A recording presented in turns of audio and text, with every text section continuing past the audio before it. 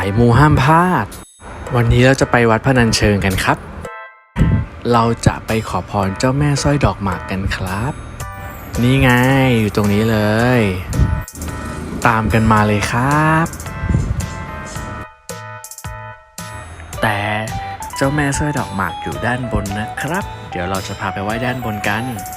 หลายคนมาที่นี่ก็สมหวังไปกันเยอะอยู่นะครับตัวผมเองมาขอหวยทีไรได้ตลอดเลยสายมูต้องตามไปกันแล้วนะครับ